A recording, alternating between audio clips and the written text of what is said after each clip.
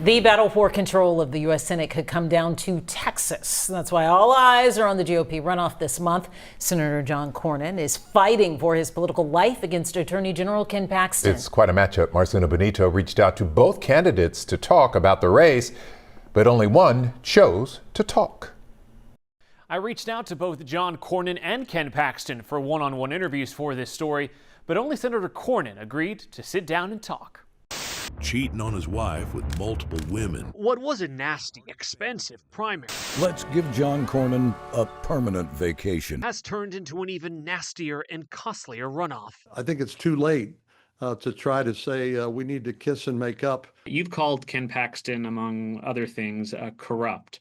If he's the nominee, can you support Ken Paxton? I'm very serious when I say that Ken Paxton is unfit for this office. Cornyn told us he will support the Republican ticket, but believes he'll be at the top of it. He enters the last weeks of the runoff with more campaign cash than the Attorney General. I'm optimistic we'll be successful, but it depends on who decides to show up on May the 26th. Recent nonpartisan polling, not good for Cornyn. It shows Paxton up 8, 11% remain undecided.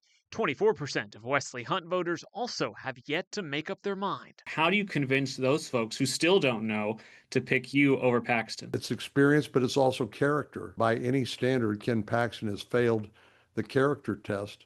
And if you can't trust somebody to as an elected official in their current job, what makes you think you can trust them if you give them a promotion? That same polling found nearly 1 in 4 of Cornyn's own voters would vote for the Democrat, James Tallarico, if Paxton is the GOP nominee. So since I expect to win the election, it's a kind of a moot issue. But I do expect Republican primary voters to unify. This always happens after a family fight. And perhaps the one person who could put an end to the family fight. I like them both. For now, still staying on the sidelines and refusing to endorse. Why do you think that endorsement hasn't come yet? Do you still think it's coming, and how closely are perhaps you watching that Truth Social feed before early voting?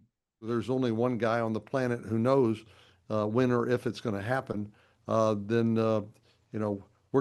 We can't wait around. Once again, we did reach out to Attorney General Ken Paxton, but got no response. We've extended multiple invitations since February, and those still stand. Back to you. Marcelino, thank you. Don't forget, early voting for the runoff election starts May 18th, runs until May 22nd. Election Day, May 26th.